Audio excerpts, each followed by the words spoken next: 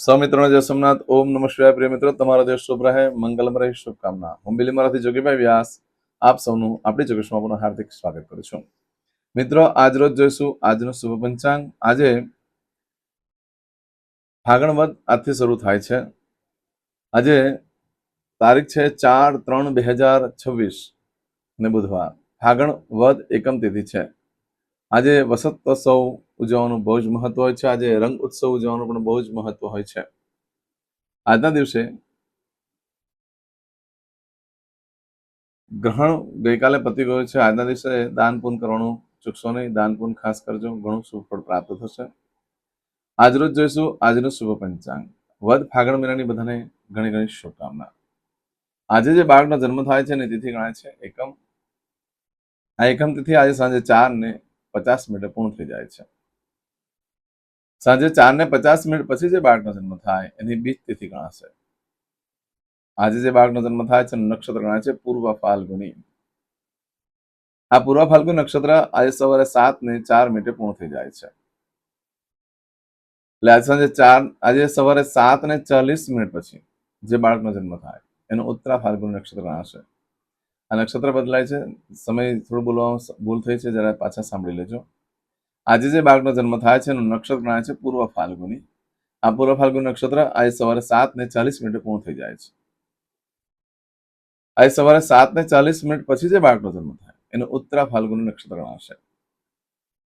આજે જે બાળકનો જન્મ થાય છે એનો યોગ ગણાય છે ધૃતિ. આ ધૃતિ યોગ આજે સવારે 8:53 પૂર્ણ થઈ જાય છે અને ત્યાર પછી જે બાળકનો જન્મ થાય એનો શૂલ યોગ ગણાશે.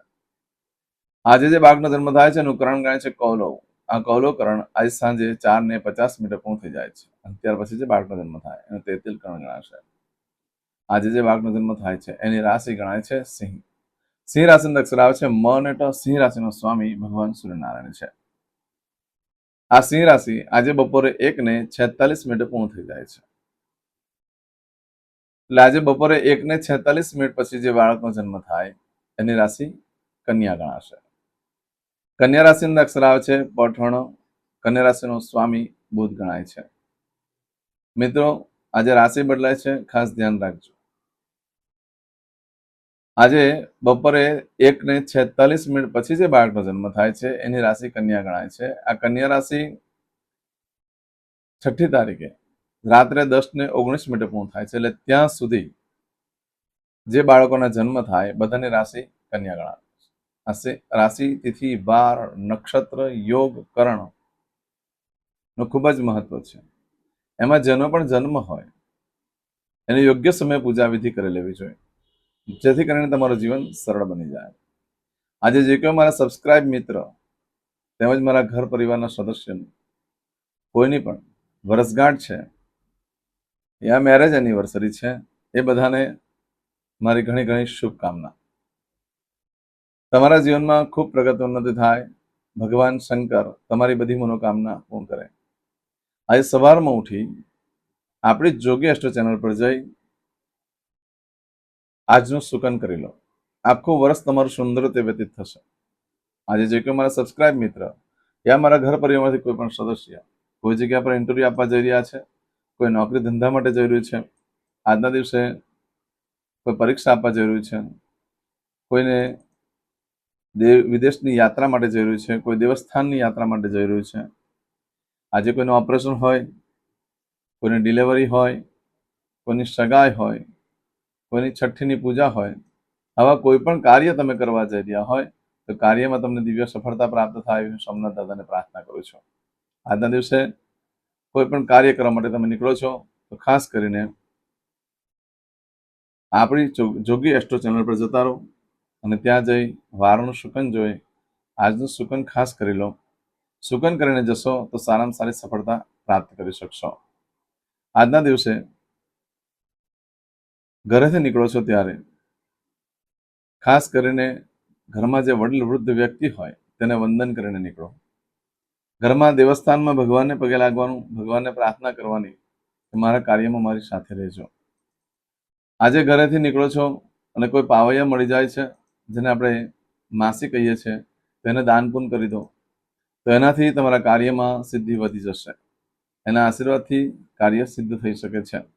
આજના દિવસે તમે કોઈ પણ કાર્ય કરવા માંગો છો તો તેના માટે પણ એક ચોક્કસ શુભ સમય હોય છે, જે આપણે જોઈ લઈએ. આજે સવારે 6 થી 9 વાગ્યા સુધીનો સમય શુભ રહેશે. સવારે 10:30 થી બપોરે 12 વાગ્યા સુધીનો સમય શુભ રહેશે. બપોરે 3 થી સાંજે 6 વાગ્યા સુધીનો સમય શુભ રહેશે. સાંજે 7:30 થી રાત્રે 12 વાગ્યા સુધીનો સમય શુભ રહેશે. આવતીકાલે મળસ્કે 3 થી સવારે 4:30 વાગ્યા સુધીનો સમય શુભ રહેશે. આ સમયગાળા દરમિયાન તમે કોઈ પણ કાર્ય કરો છો તેમાં સારી સફળતા પ્રાપ્ત થઈ શકે છે. પરંતુ મિત્રો, આજના દિવસે તમારી કોઈ પણ કાર્ય કરી રહ્યા છો અથવા તમારી કોઈ વસ્તુ ચોરાઈ જાય છે કે ખોવાઈ જાય છે તો તેનું શું ફળ છે તે આપણે જોઈ લઈએ. આજે સવારે 7:40 પહેલા તમારી કોઈ પણ વસ્તુ ચોરાઈ ગઈ કે ખોવાઈ ગઈ તો મળવાની શક્યતા બિલકુલ ઓછી છે. આજના દિવસે તમે કોઈ પણ કાર્યનો આરંભ કરો છો આ સમયગાળા દરમિયાન સવારે 7:40 પહેલા, તો એમાં સરકાર તરફથી ઘણી અડચણો આવી શકે છે, રૂકાવટ આવી શકે છે, રેડ પડી શકે છે, દરોડા પડી શકે જેને કહેવાય. આજના દિવસે સુખ સગવડતા મળે તમે કોઈ પણ કાર્ય કરો છો તો, પણ એમાં તમારે ખૂબ અડચણો આવવાની શક્યતાઓ રહે, માટે ધ્યાન રાખવું જરૂરી છે. આજના દિવસે દસ્તાવેજ પર સાઇન કરવા માટે પણ સારો દિવસ છે, પરંતુ દસ્તાવેજ પર સાઇન કરતા પહેલા જરા જોઈ લેવું કે બધું બરાબર છે કે કેમ. ધ્યાન રાખીને કામ કરશો તો કરેલા કાર્યમાં સારી સફળતા મળી શકે છે. કોઈ પણ વસ્તુની ખરીદી કરો છો, વેચાણ કરો છો, સારો દિવસ છે, પણ આવું કંઈક ઉપાધિવાળું ન આવી જાય તેનું ચોક્કસ પ્રમાણે ધ્યાન રાખીને કરી શકો છો. આજના દિવસે નવ વસ્ત્ર ધારણ કરવાથી સરકાર તરફથી તકલીફ આવી શકે, લાંચમાં દરોડામાં ફસી શકો છો. આજે ચાંદલા વિધિ કરવા માટે યોગ્ય દિવસ છે, વાંધો નથી, કરી શકાય છે.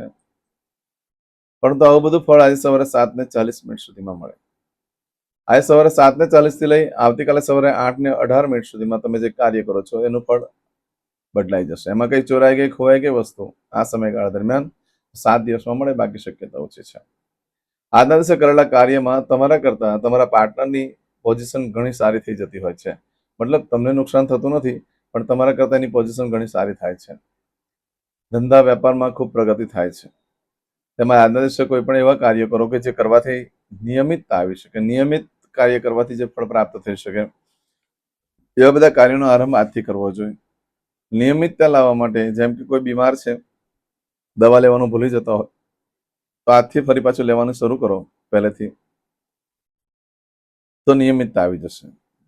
કસરત કરવા માટે આજથી કસરત કરવા જાઓ છો તો એમાં પણ નિયમિતતા આવી શકે. નિયમિતતા લાવી એ તમારે પહેલા પ્રયત્ન કરવાનો જ છે થોડાક દિવસ માટે, પછી એમાં નિયમિતતા કાયમ માટે આવી જશે. આજના દિવસે ખાસ કરીને પૂજા કરવાની શરૂઆત કરો તો પૂજામાં સારી સફળતા મળી શકે છે. એમાં નિયમિતતા આવી જાય છે તો પાપનો વિનાશ થાય છે. પૂજા કરવાથી કોઈ ધન સંપત્તિની પ્રાપ્તિ નથી થતી, એ તો તમારા ભાગ્યમાં લખાયેલું છે, તમને મળવાનું જ છે. પરંતુ પાપ ધોવાશે તો તમે એ ભોગવી શકશો. માટે પૂજા કરવી બહુ જરૂરી હોય છે. રોજ ભગવાન પાસે બેસી જવું જોઈએ, જે કંઈ મંત્ર જાપ આવડે તે કરવા જોઈએ. આજના દિવસે નવ વસ્ત્ર ધારણ કરવાથી જાવક ઘટે, આવક વધે, તંદુરસ્તી સારી રહે, અને જે કોર્ટ કચેરીનું વકીલનું કામ કરતા હોય એ લોકો આજે ખાસ નવા વસ્ત્ર પહેરવા જોઈએ, એ લોકોને ઘણો લાભ થઈ શકે છે. આજે ચાંદલા વિધિ કરવા માટે યોગ્ય દિવસ રહેશે. આવું બધું જે ફળ છે આજે સવારે 7:40 થી લઈ આવતીકાલે સવારે 8:18 સુધીમાં મળે.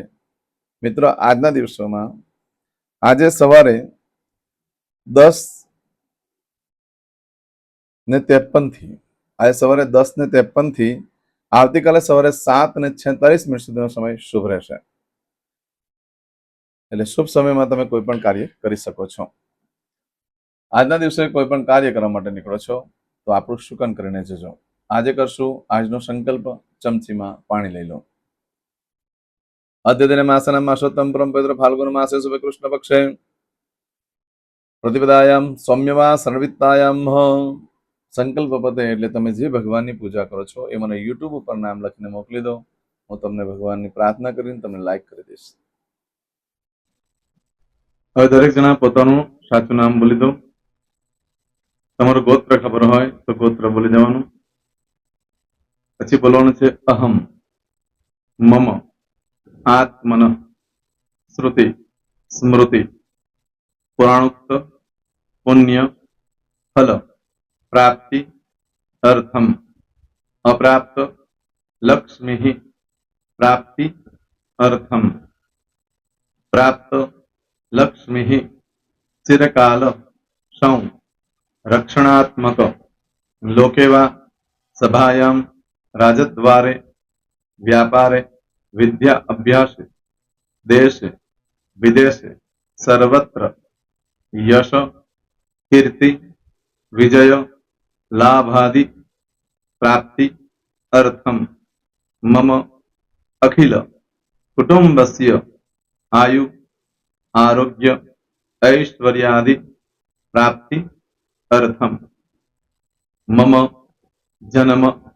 समय तथा च विप्र वृंदानां जन्म समय जन्म कुंडली मध्ये स्थित ग्रहः गोचर ग्रहः महादशा अंतर्दशा प्रत्यंतर्दशा तथा च योग युति दृष्टि मध्ये शुभफल प्राप्ति अर्थम भय रोग शत्रु बाधा दोष मारण तारण मंत्र तंत्र अरिष्ट दोष पीड़ा निवृत्ति अर्थम भूत प्रेत पिशाचादि द्वारा रचित अरिष्ट दोष निवृत्ति अर्थम मम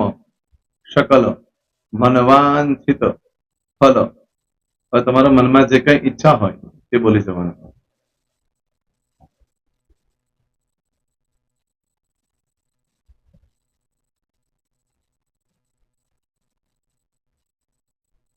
બોલવાનું અનુસારતઃ सकल मनवांछित फल प्राप्ति अर्थम. હવે જે બરકતની પૂજા વાળા છે એ લોકો તો આ બધું બોલવાનું જ હોય છે, એ લોકો માટે કોઈ સ્પેશિયલ નથી. પણ જે લોકોએ હવે જે કહું છું તે લોકોએ જ બોલવાનું, જેના લગ્ન થઈ ગયા હોય એ લોકોએ બોલવાનું છે. મમ દાંપત્ય જીવન મધ્યે સુખાકારી પ્રાપ્તિ અર્થમ પુત્ર પૌત્રાદि સંતતિ પ્રાપ્તિ અર્થમ. આ સંતાન પ્રાપ્તિ વાળા માટે પણ આવી જાય છે. દીર્ઘ આયુ આરોગ્ય ऐश्वर्यादि प्राप्ति अर्थम तथा च. હવે જેના લગ્ન નથી થયા તે લોકોએ બોલવાનું. મમ જટટી વિવાહ योग प्राप्ति अर्थम विवाह पश्चात दाम्पत्य जीवन मध्य सुखाकारी प्राप्ति अर्थम. હવે જે લોકોને સંતાન પ્રાપ્તિ નથી, જે લોકોને સંતાન પ્રાપ્તિ છે કરવી છે એ લોકોએ બોલવાનું.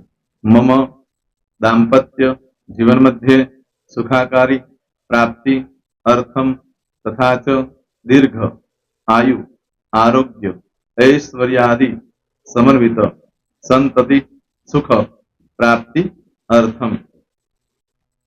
હવે જે અભ્યાસ કરી રહ્યા છો છોકરા વિદ્યાર્થીઓ છે તે લોકોએ બોલવાનું છે. મમ વિદ્યા અભ્યાસ મધ્યે ઉત્તરો ઉત્તર પ્રગતિ ઉન્નતિ सानुकूलता पूर्वक दिव्य सफलता प्राप्ति अर्थम. और जो लोग विदेश में जवा मांगता हो के सीप में जवा मांगता हो, मतलब भारत देश ने बहार जने धंधो व्यापार करवा मांगता हो ए लोग अथवा विदेश जवा मांगता हो कायम माटे ए लोग बोलवानुं छे.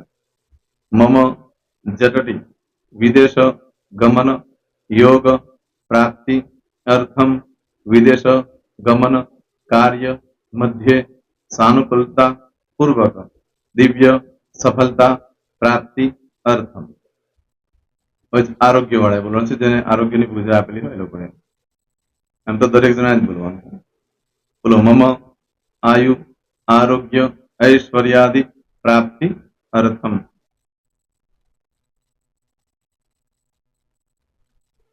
હવે દરેક જણા બોલવાનું. सकल मनवांछित फल प्राप्ति अर्थम अद्य दिने